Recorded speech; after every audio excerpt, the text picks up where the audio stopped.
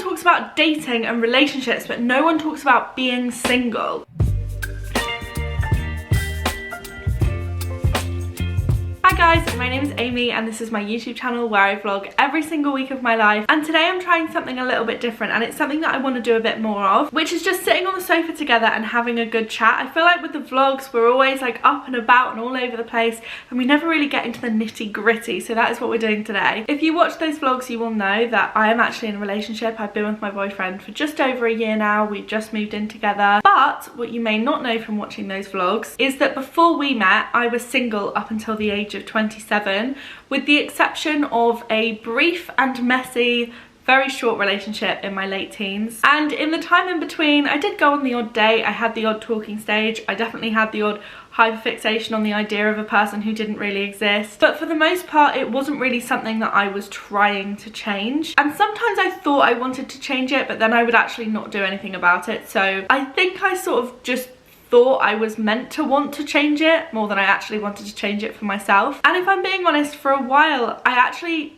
really wondered if there was something wrong with me because I was so disinterested in relationships, and it felt like a bit of a sore subject at the time, which is just crazy because I would never say that or even think it about another person who had made that choice for themselves, but you're always harsher on yourself, aren't you? I was for the most part single by choice, although sometimes I worried that I'd convinced myself I was single by choice, and it didn't really help that I was having to constantly justify that decision to people that I knew. I think people use the "so how's your love life" question as like a very throwaway part of small talk or like a piece of gossip that they want to obtain from you. But when the true answer to that question is I don't have a love life, not in like a funny self-deprecating way, but just in a like that's not really something that interests me way, it's really easy to feel like that means you are the problem and you are missing something. Ironically, it kind of took me getting into a relationship and knowing that none of the above had caused me any long-term damage, and it didn't mean anything about me as a person, and it didn't mean that I was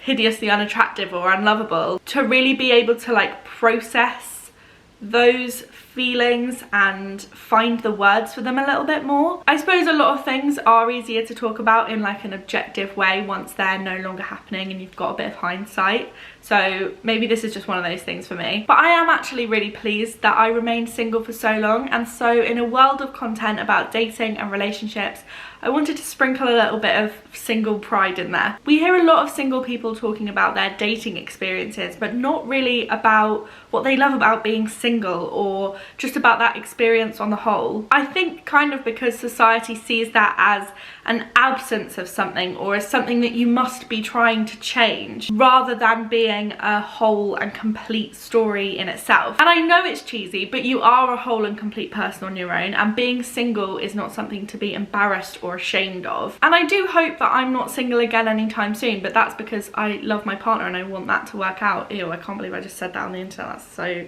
horrendously sincere. But it's not because being single is inherently bad or a problem that must need solving like the media and like society would have you believe. So obviously it goes without saying that this video is all going to be about my personal experiences, and I'm not trying to push any kind of agenda onto anyone or tell anyone what to do at all or judge anyone for their choices or their actions. I just really firmly believe that every choice is a valid one as long as you're not hurting anyone, and so I wanted to make a safe little space for us all to have this conversation, because obviously it's something that I feel very strongly about, and it was a huge part of my life and is something that I am very proud of. Anyway, on Instagram stories I asked for some questions to help steer this conversation, so let's start there. Do you mind me asking your age?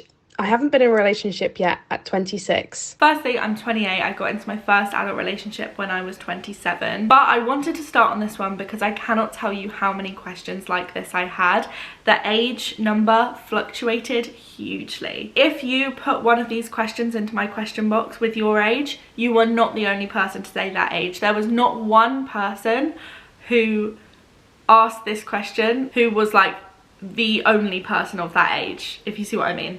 you are not alone, and there is a lot of stigma around getting older and not being in a relationship or not having had a relationship yet. But I just want to point out that it is far more common than you think it is. Why did you make the choice to be single for the majority of your 20s? It wasn't really like one big choice. I didn't like sit myself down on my 20th birthday and say, no dates for you. It was more of a series of small choices, and you know, consistently making that choice over and over again. I am quite a strong-willed, independent person in general, and there are definitely traits that have been brought out of me even more from not being in relationships when I was young. But I enjoyed knowing that all of my decisions were my own, and I did grow up in a household that was fairly controlled, and I think that played a part in the early stages of wanting to do what I wanted to do, wanting to be out until whatever time I wanted. And I've never really been a big party girl, but I just love sitting in the car with my friends and chatting until 2 a.m. And like, I wanted to be free and to not have to answer to anyone. Not that I really answer to my partner now, but you know, there's like other factors to consider when you're in a relationship. You have to inherently be less selfish to be able to make that fair on the other person, and that was something that I was just not willing to give up. And I didn't set myself any sort of set goal of being single for a certain amount of time. It was just more that the decisions I was making weren't really conducive to finding myself in a relationship. I didn't really go out and make lots of new friends and meet lots of new people. I was very happy with the friendships that I had, and I wanted to continue building those, and I love spending time with those people. I still do. I have such like deep and well-formed friendships, and I don't know if that would be the case if I hadn't been single throughout that time. And I feel so lucky to have those people in my life, and I find those relationships really rewarding, and the time that I spend with those people, I really cherish it. So like, it wasn't necessarily that I was choosing to be single, it's just that I was choosing to do other things rather than pursue a relationship, if you see what I mean. Then I did a degree and I had 3 jobs at the same time, and I was prioritizing earning enough money to be able to move to London. Then I moved to London. I prioritized building my life here that was my own life and not something that I was building for someone else. And so it was never like a hard and fast rule that I had. It's just kind of what ended up happening, but because of the choices that I was making, the things that I was choosing to prioritize, if that makes sense. And I think the overarching kind of feeling of it all was always that I would rather be in no relationship than in a bad one, and I still agree with that. Like, I think having been single for so long, I am so comfortable with my own company, and I'm so content, so happy to just focus on my own stuff for a little while.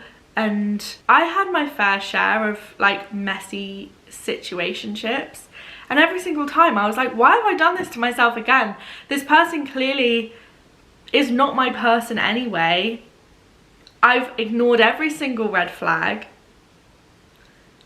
and now I've wasted my time and I'm upset. And so I think it was like conditioning me in a way to be like, why waste your time on people who make you feel like rubbish when your life is so full of people who make you feel so great? And like, it's not that I ever thought I didn't want a relationship ever, but it just wasn't the priority just then. Did you go on many dates or hookups? I asked my friend Abby to be the voice of these questions, so let me just play you her response to this. Sorry, amy.astrid, hookup queen. Yeah, that's a no. I would maybe go on a date every other year just to check I didn't suddenly love dates and find that I was really missing out on something. But like, I'm not someone who enjoyed dating. I found it really anxiety inducing. I was constantly second guessing the intentions of the other person. It just wasn't a fun way to spend my time. I was often on the apps though, because I think that's less of a commitment, isn't it? You've got a lot less to lose. And I think I was just playing it safe. I was kind of keeping tabs on the like dating and relationships world without really having to commit too much of myself to it. And I would speak to people and get to know them, but ultimately there was always something else I would rather be doing than going for drinks with a stranger. So I just did those things instead. Yeah, like, and similarly to the last question, it's not like I'd taken a big vow of celibacy.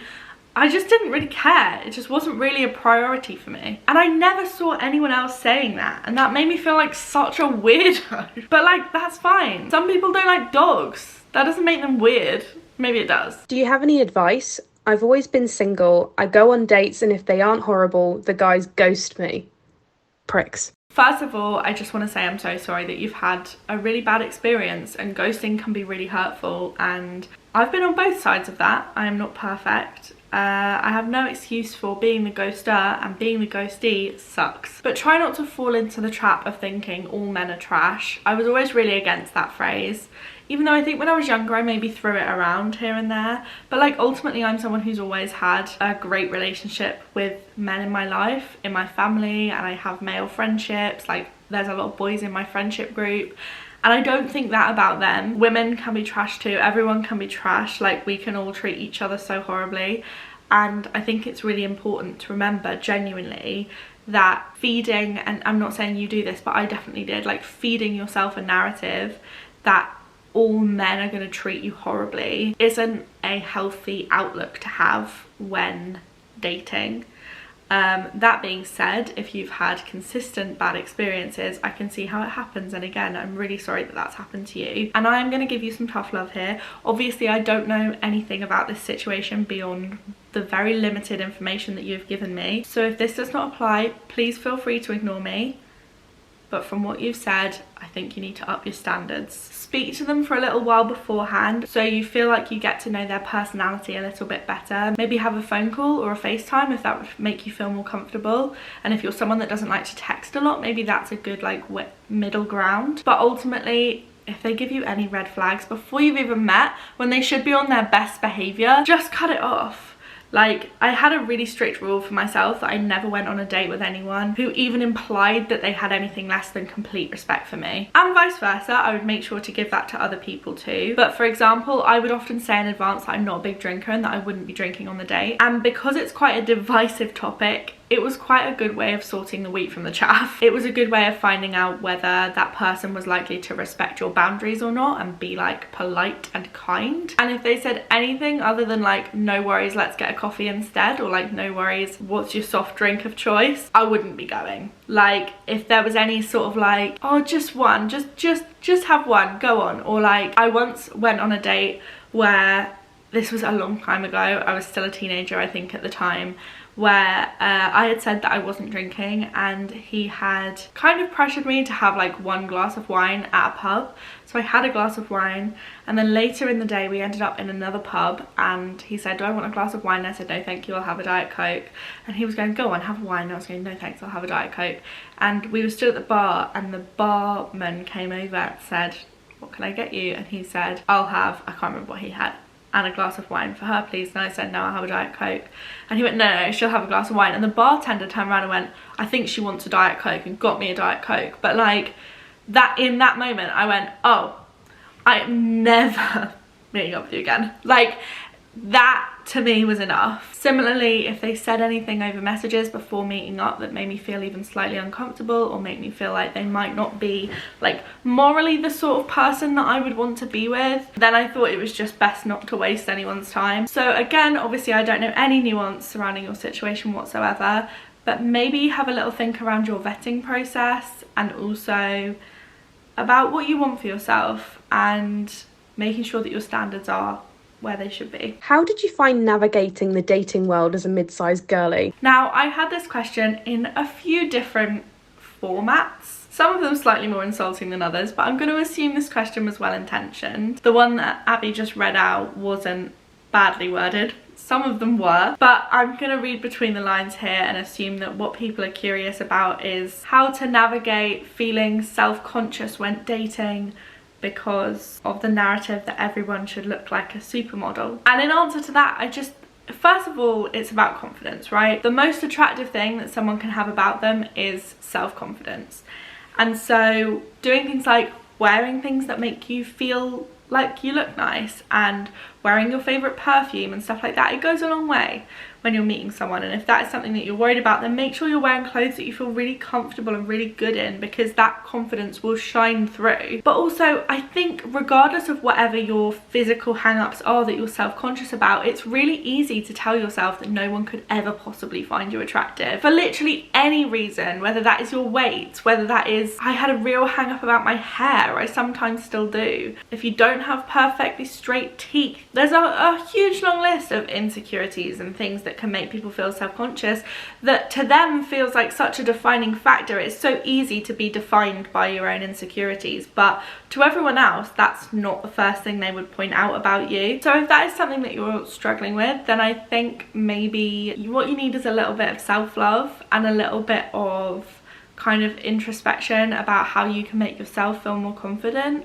I remember seeing online, I can't even remember who said it, but that some people, when they struggled with this particular issue of like body confidence, make themselves stand naked or just in underwear in front of a mirror every day for like 3 weeks or something, and then it like acclimatized them to realize that it's just not as big of a deal as they thought it was. I know some people that would help for, some people it might not, so like take that advice with a pinch of salt. But also, if you need more evidence of the fact that people can find you attractive, look around you. Go and sit in a coffee shop and look out onto a high street and watch the people with their partners who walk past, because I guarantee you, if your hang up is your size, I assure you, you will see people of your size who are in relationships, happy relationships, walking past, and I bet their partners love them, and I bet their partners think they're beautiful. And the same for, I'm going to go back to what I was saying before, if you've got hang up about your hair, you know,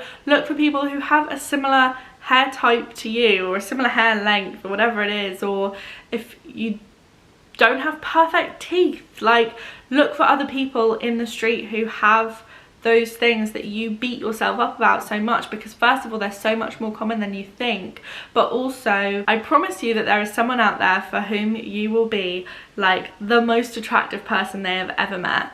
And I think we always tell ourselves the opposite, but actually when you look, I'm saying this as if I don't suffer from insecurities myself, I definitely do, but I think sometimes you have to seek evidence to the contrary, and evidence to prove yourself wrong effectively. If like self-love mantras and things like that, they never work for me. If they work for you, then great, but like I always need something a little bit more substantial. So seek evidence if that's what you need. But also, if you were on our Girlies IRL pottery tour last summer, you will remember, because I said this I think in every Q&A we did when this question came up. My number one tip, if you are mid-size or if you have literally any insecurity whatsoever, is to make that clear on your dating app profiles if you're using apps. Because I think a lot of the anxiety, for me anyway, used to come from like, God, what if I turn up and I don't look how they think I look, or like, what if I'm bigger than they think I am, or what if I'm hideous? I don't know. But so I would always try and make sure that the pictures on my dating apps, first of all, that they were recent photos, that they had full body shots in, that they were not my most stunning beautiful photos, that there were no filters on them, that, you know, obviously I wanted the pictures to look nice, but I also wanted them to be a true representation, because that means that you know that whoever it is you're meeting has chosen to meet up with you because they like the look of you and they find you attractive. And I know so many people use photos on their dating apps that are like 5 years old, 8 years old. You don't look like that person anymore, and that's okay, but setting the expectation for you to look how you look now and feel comfortable and feel proud of that is ultimately going to make you feel a lot more confident going in, because they know what they're getting themselves into. I feel like I've really rambled on this one, sorry, I hope that makes sense. And also, like I said at the beginning, just remember, there is literally a limitless list of things that you can have insecurity about. Like, you can have insecurities about being too curvy or not being curvy enough. You can have insecurities about your hair being really frizzy and curly, or your hair being like too thin and straight and flat. You can have insecurities about having a big bum or having no bum, or big boobs or no boobs. Like, there are so many things to be insecure about, but those things are always a much bigger deal in your own head than they are to the other person. And like, if they've chosen to meet up with you, it's because they think you're attractive and they want to go on a date with you. So just take their word for that at face value as much as you can, and just say, okay, I don't see it personally, but I'm glad you do. Did you ever have a timeline when you were younger that you felt like you were lagging behind on? Yeah, I, for some reason, had the completely arbitrary number in my head that I wanted to be finished having children by the age of 27. and that I wanted 2 or 3 kids, and I wanted them all to be done by the time I was 27. And I have no idea where I got that number from. I literally pulled it out of thin air. But I also wanted to open my own dental practice when I was a kid and be signed to a music label. So look, it's really easy to make plans for yourself when you have absolutely no context about what the rest of your life is going to look like and what the rest of the world is going to look like. It's a bit like, it's easy to plan a dinner party for 30 people if you don't actually have to be the one cooking it and you don't have to take into account anybody's dietary requirements. You know, it's easy to plan a life for yourself if you don't have to be the sole person for keeping that plan on track, and also you don't have to take into account literally any external factors. Hey, what about that global pandemic? What about this financial crash? What about all the wars? Like, what about the fact that you maybe didn't get the exam results you wanted and that set you back for a little while? What about the fact that maybe you were just having too much fun to be worried about having kids right now and you're enjoying being young? I'm not saying that choosing to have kids when you're young is a bad thing if that's the choice that you want to make, but like, I just think that setting ourselves up for all of these big life goals at such a young age, it's never gonna happen. And I think we just need to give ourselves grace for that. And like, realistically, every year I set like little goals that I want to achieve that year, and most of the time I don't end up achieving them, because by the end of the year I look back on them and I go, actually, I don't even care about that thing. And I'm allowed to not care about that thing anymore. A couple of years ago I thought I wanted to try and pursue going into musical theatre professionally, and so I set myself a goal of doing X number of auditions by X point in time. I can't remember the specifics. But then as I was looking into it more and more, I realised that while I love singing and I love performing, there are so many elements of doing that job that I actually wouldn't enjoy. I would hate all the late nights, and I love the flexibility that I have in my current job. So that goal changed, and I decided that actually, as much as I would have loved to do that in my little dream fantasy world where there were no strings attached, that's not the reality of that job at all. It takes a huge amount of commitment, a huge amount of talent, a huge amount of like being beaten down and having to pick yourself back up again, and like, maybe that's just not how I want to spend my time, and that's okay, you know? And I think as you get older, the realities of certain things hit you and your goals can change, and that's all right. But yeah, it does feel like a ticking time bomb, doesn't it? And I understand that. I think it's really easy to focus on like, well, I'm not in a relationship, therefore I'm a failure. But also, like, if you went round and interviewed every single one of your friends and family when they were a kid about where they wanted to be at this point in their life, not many of them would match up. And that's not because they're a failure, it's because the goalposts move and change. And like, I don't even mean in terms of relationships or having children or anything like that. I mean, like, maybe they wanted to stay in touch with their childhood friends, but they couldn't make that work because life gets in the way and things happen and people change and grow apart. Or maybe they wanted to do a certain job, but then when they had kids they decided that actually spending time with their family was more important to them, so they veered off that track and never really got back to it. And that's okay, because they've enjoyed what they've done instead. And I think this is a very roundabout way of saying, put the roadmap in the bin when it no longer serves you. And again, I'm saying all this stuff like it's really obvious and like it's something that I don't struggle with, but it definitely is, and I think that's really normal. And I think it's really hard to take your own advice, isn't it? But I'm not taking my own advice, I'm giving it to you. How did you deal with it happening for everyone else but not you at one point? I think part of this might be because I went to an all-girls school, and a lot of my friends have also come from all-girls schools. I wasn't really surrounded by relationships very much growing up, and a lot of the relationships I did see were not relationships I would have wanted to be in. I would sort of look at them and go, my God, I am so glad I don't have to deal with that. And I think if it takes reminding yourself that most relationships, if not all relationships, are not perfect, to remember that you're not always better off for being in a relationship, then maybe that's just something that you need to have in the back of your head. And also, if you had a friend who was single and you weren't, you wouldn't think less of them for that. And anyone who does think less of people for that doesn't deserve to have friends, in my opinion. And you might look at people in your life who are in relationships and think, oh, I wish that would happen for me. And that's completely valid and fair enough. But I guarantee you that those same people in your life will be looking at you thinking, oh, I wish I had that, or I wish that was me, or I wish I was better at this thing like you are. Jealousy isn't relationship specific, and I'm not saying jealousy with like a negative connotation there, more like envy. Relationships aren't the only thing to be envious of. So I think it's important to be self-aware when feelings of jealousy do creep in and not let it impact your friendships and the relationships that you have, because ultimately if people you love have good things happening to them, then you should be happy for them too. But also I can completely understand where you're coming from, that sometimes it does kind of feel like you are waiting for that to happen for you as well. Did you ever lose hope and feel like you were never going to meet someone? I feel like that right now. Yeah, all the time. And I think that is so normal. The thing is that wanting a relationship and wanting a family is literally a biological response. So you are not crazy for feeling like that. Even when people like really lose their minds over like situationships and boys in general, and they go, oh my god, I feel so crazy, I'm always like, no, you are not crazy. This is your biology. All animals are wired to try and procreate.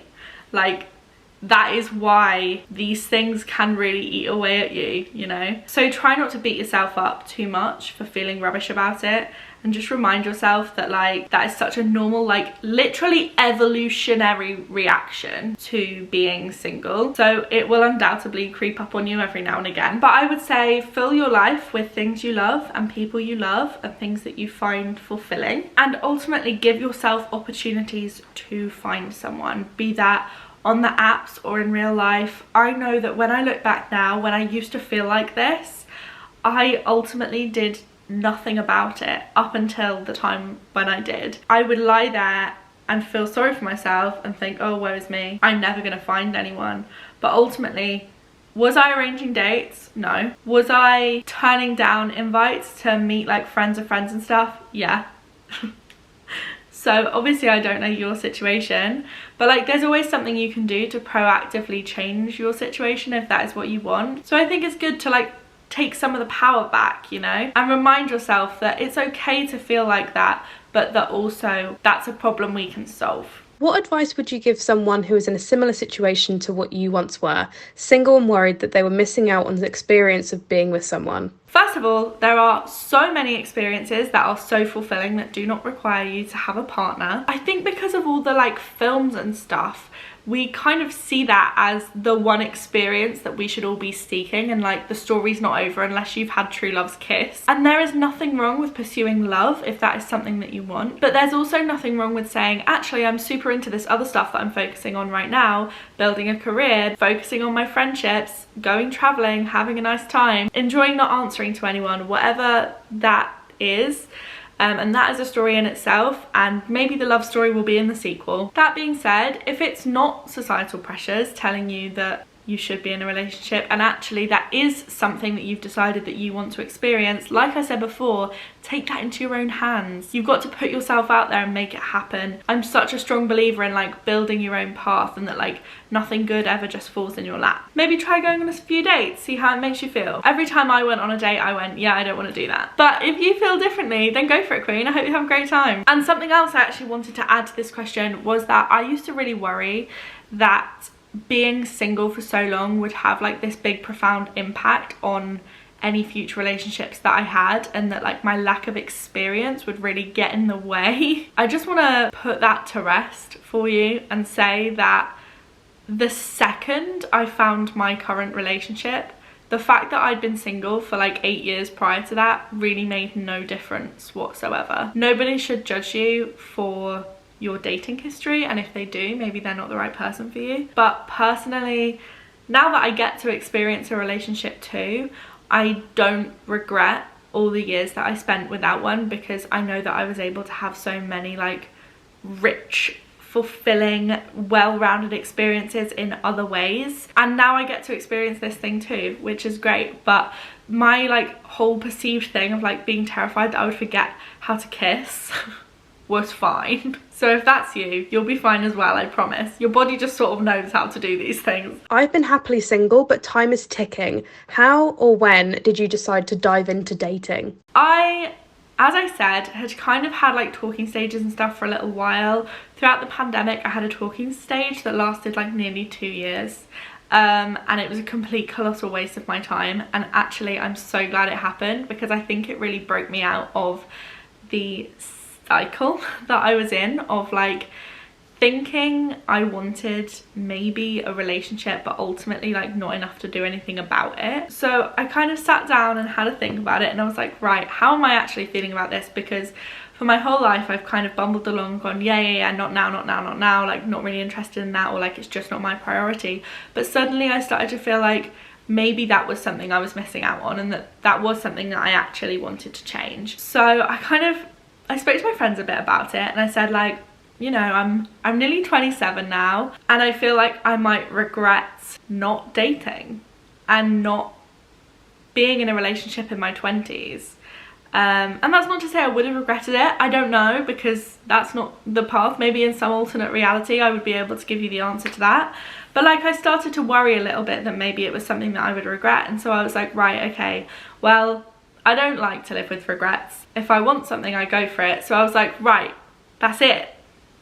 I'm gonna go on the apps again. So I went on the dating apps, and I was using all my normal methods. If anyone seemed like they were slightly disrespectful, or like they weren't really up to scratch in terms of, like, I really didn't like it when people made sexual comments too early on, because that's not what I was ultimately looking for. Like, by that point I'd decided that I was on the apps looking for a relationship, and I was very serious that like that's what I wanted out of it by that point. And I think there's also a lot of stigma surrounding that as well. Like, I think particularly as girls, you feel like what the boys want to hear is you going like, oh, I just want to see what happens. But like, no, I don't just want to see what happens. By that point I decided that the experience I wanted for myself was a relationship. I spoke to several different people, and again, like, was asked on a few dates, and some of them I would say no to, or I would say like, oh, sorry, I'm busy or whatever, because they just didn't feel quite right. And then basically when I started speaking to Charlie, who is now my boyfriend, we arranged on a date, as in like the date on the calendar, and I did that all the time and then would cancel near the time because like no concrete plans had been made. We agreed on a date, and he paid for and booked tickets to the zoo, and I was like, oh my god, guys, this is so weird, why has he done that? And my friends were like, maybe because he wants to actually go on a date with you to the zoo, like maybe because he wants to meet you, just let him do a nice thing. And I was like almost annoyed, because he'd taken away my like get out of jail free card of like, well, we didn't really make a plan.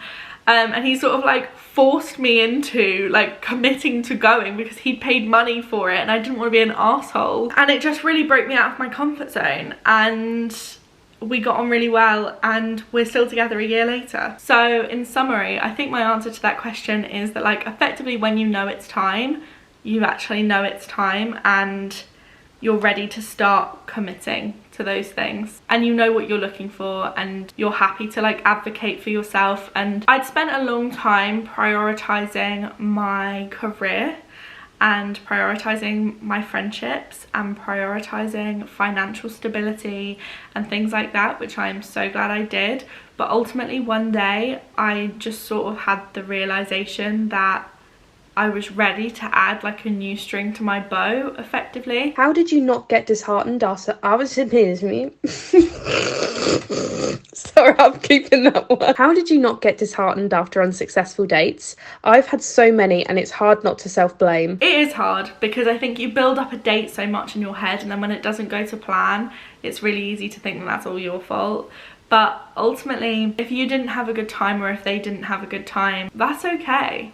Like, statistically, it's like crazy unlikely that the person you go on a date with is going to be like your one, you know, or someone that you instantly gel with. Because like when you think about when you start a new job, you might have an office with 60 people in it, and you might gel with 2 of those, you know. Like when you think about it in terms of like just like numbers and stats, it's so unlikely. And I think if you go in managing your expectations a little bit, it's always nicer to be pleasantly surprised than like really underwhelmed.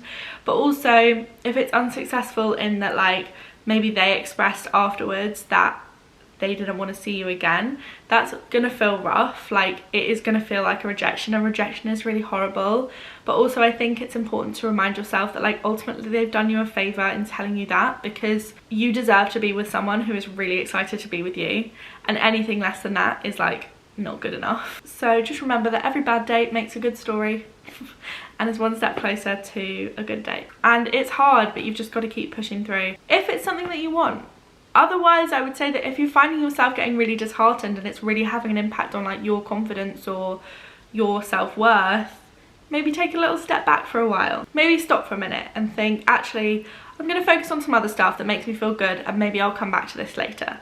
Because as soon as dating stops being fun, what is the point? If you're not enjoying spending time with these people and you're not enjoying yourself, ultimately you're just like beating yourself down more and more. So maybe take a little step back, but that's for you to decide, not for me. I've got one more question, which is, how did you meet someone genuine? What were the signs of it going well, or if it was worth pursuing? Feel like I'm stuck on dating apps full of nonsense guys that just want to hook up and can't find anyone actually wanting something committed. So first of all, I think I mentioned earlier in the video that if a boy mentioned anything remotely sexual within the first like week of speaking, I would literally just like kill the conversation. Like obviously not if it was like an innuendo, like a joke, but you know what I mean. Anything that felt a bit much, I just thought that's not really what I'm here for, and would just end the conversation. Because I know that makes me sound like a bit of a killjoy, but like, I don't know, I just don't find that stuff, like, I just didn't find it respectful. It made me feel uncomfortable. And I know that's not the case for everyone, and fair enough, but I know that on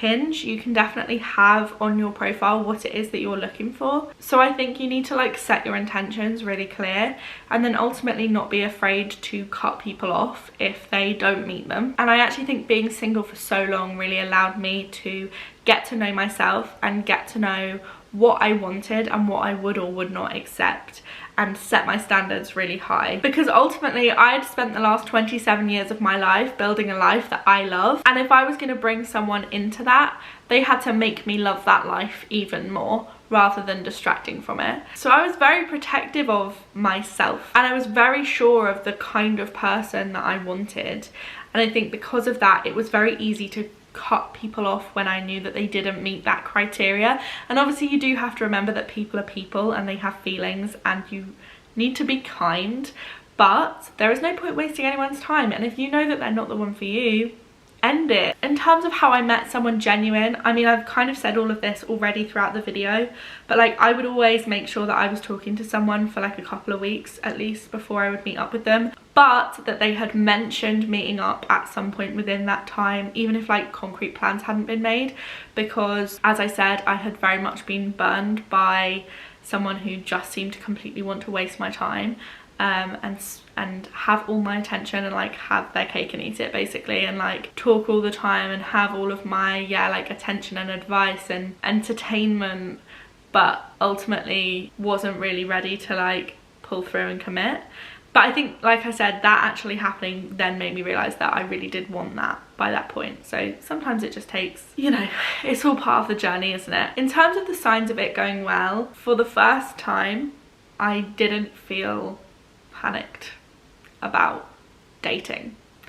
I felt excited and I felt like a little bit nervous before I went on dates with Charlie, but like at no point did he make me feel really like insecure and anxious, and like I wasn't second guessing how he was feeling about me. And aside from like a few teething problems on my end in like adjusting to actually being able to trust someone in that way, it felt very easy, and it made me realize that all of the situationships that I had been through before that were so hard, like I look back on those now and I go, that was clearly not the relationship for me, because nothing should be that hard right in the beginning. It really shouldn't. So that is the end of my questions. I hope you have enjoyed this video. Feel free to disagree with me politely and respectfully about anything that I've said in the comments. I would love to hear your thoughts and your answers to some of these questions. I actually originally was going to do a video that kind of combined talking about like my entire experience of being single for so long, and then also of being in my first like adult relationship. Now that I've been in it for a year, I feel like that's like long enough to be able to talk about it, even though I know it's not that long for some people. It's a long time for me though. I never thought I'd be in a relationship for a year, to be honest. But actually I ended up getting so many like really well thought through, intelligent questions for both sides that I decided to split it.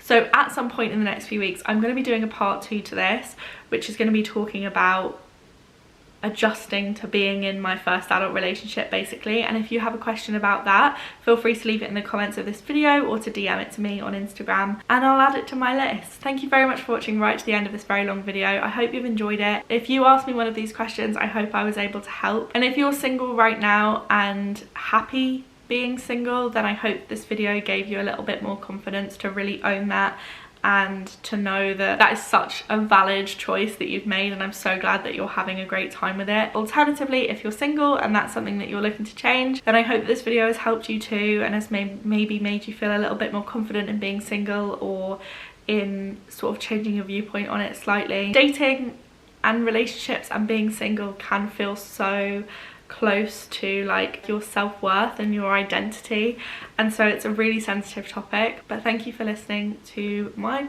story and my viewpoint, and I hope to see you all again very soon. Subscribe to my channel if you're not already, and I'll see you in a few days time.